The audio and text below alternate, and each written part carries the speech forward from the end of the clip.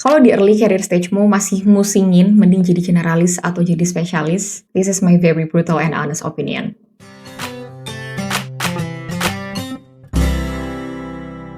Selamat datang lagi di podcast Biar Nggak Nyesel episode kesekian. Kalau ini pertama kali kamu ketemu sama channel ini, well, salam kenal. Aku Tasya, aku adalah seorang certified professional coach specialized in youth, career, dan juga life. Dan di podcast ini aku banyak ngobrolin tentang dilemanya anak dewasa muda yang nggak jauh-jauh dari soal karir, relationship, dan transition to adulthood. Mungkin channel ini akan cocok sama kamu. Jangan lupa subscribe dan follow kalau kamu nonton ini dari Spotify.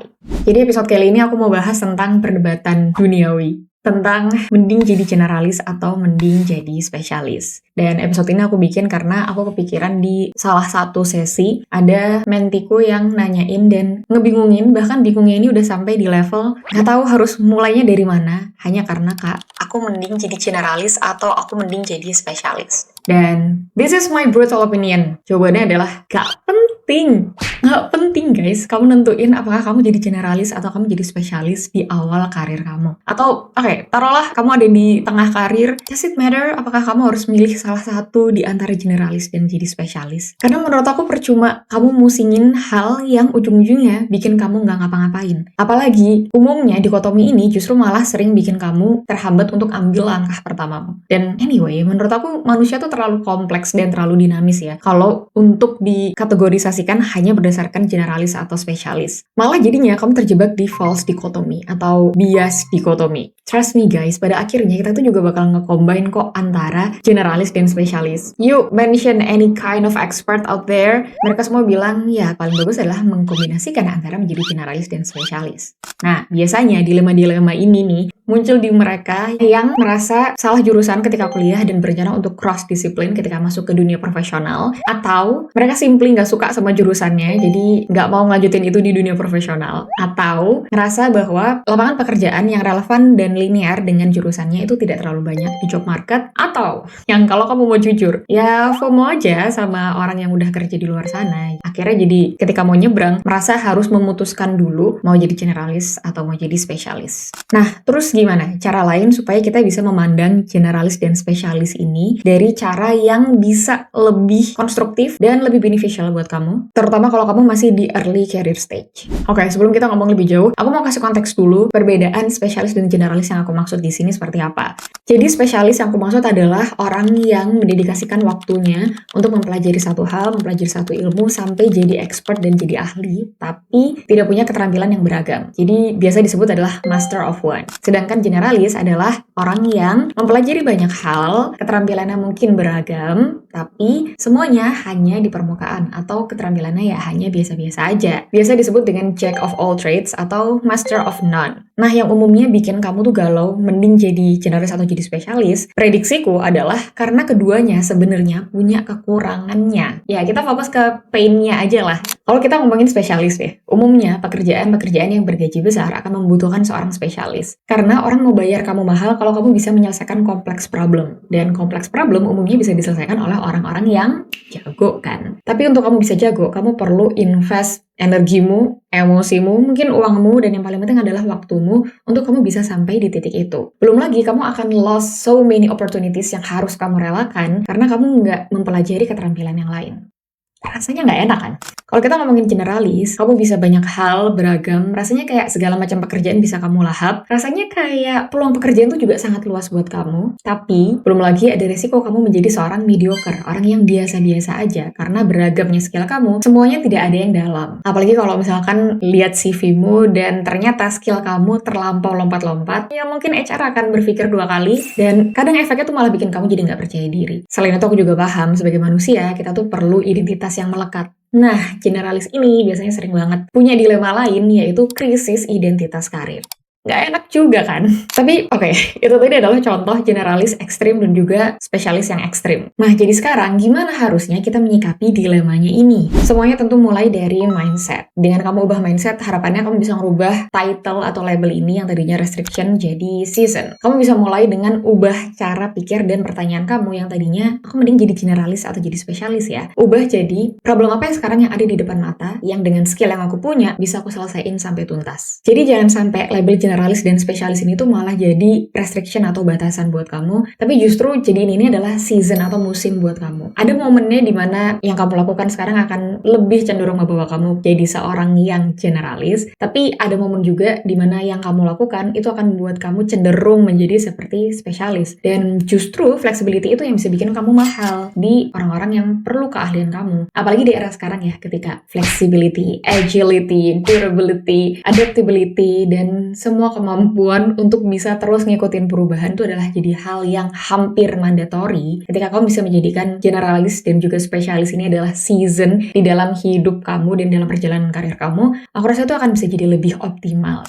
Cara lainnya adalah kasih waktu kamu untuk belajar. Setiap kali kita ngomongin tentang generalis dan spesialis, pasti yang muncul salah satunya adalah buku ini. Buku Range dari David Epstein. Intinya premis buku ini adalah orang-orang yang generalis di era sekarang itu lebih unggul dibandingkan orang yang spesialis. Well, kalau kamu agree dengan statement itu, which aku sebagian agak agree dengan statement itu, tapi kasih kamu waktu buat belajar. Artinya, kalaupun kamu mau jadi generalis, jangan jadi generalis yang tiap bulan hobinya ganti.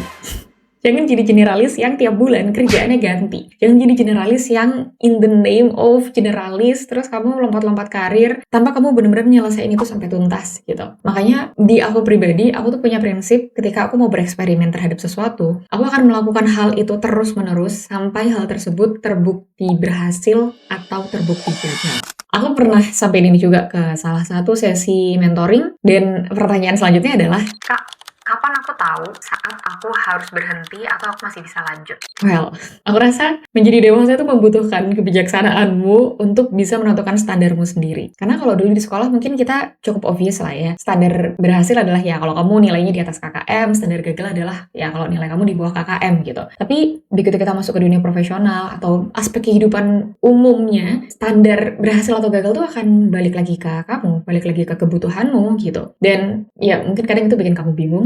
Tapi aku memandang itu jadi sesuatu yang privilege malah. Itu flexibility dan kemudahan kamu. Kapan kamu akan menentukan sesuatu itu berhasil atau gagal. Mungkin ini sekalian menjawab pertanyaan tadi yang muncul di sesi. Siapa tahu kamu juga pernah punya pertanyaan yang sama. Kalau buat aku pribadi, selama progresnya itu masih mengarahkan ke end goalsku, terlepas itu progresnya kecil atau besar kelihatan atau nyaris tidak kelihatan, selama masih mengarahkan ke end goalsku, aku nggak bisa bilang itu gagal. Jadi sebaliknya, kalau dia hasilnya justru menjauhkan aku dari end goalsku, baru aku bisa bilang, okay, maybe it's time to move on, maybe it's time to go to the next experiment. Itu menurut aku.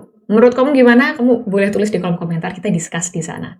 Cara berikutnya adalah pertimbangan untuk jadi expert generalis. Nah, istilah expert generalis ini pertama kali muncul dari seorang business consultant namanya Ored Gadish. Singkatnya, expert generalis adalah generalis yang pintar. Maksudnya pintar adalah kamu tahu dari banyaknya skill yang kamu punya yang beragam, yang rasanya kayak nggak ada benang merahnya, kamu tahu gimana caranya menghubungkan mereka satu-satu. Kalau kamu pernah dengar yang namanya skillship, jadi di dalam konteks self-development, bentuk keahlian atau keterampilan seseorang itu bisa digambarkan dengan bentuk diagram yang kalau kamu pernah dengar I-shape, T-shape, dan M-shape. Kalau I-shape itu berarti kamu punya suatu keahlian dan itu kamu perdalam sehingga more likely kamu jadi seorang spesialis. Atau T-shape, jadi kamu punya broad knowledge tapi ada satu hal yang kamu perdalam. Atau yang dulu waktu aku zaman kuliah populer adalah M-shape. Jadi nggak cuma satu yang diperdalam tapi lebih dari itu. Tapi ada satu broad knowledge atau pengetahuan umum luas yang kamu punya yang itu berkorelasi untuk ketiganya. Nah, aku habis nonton salah satu videonya Mas Indra Prasetyo di videonya Malaka yang ini.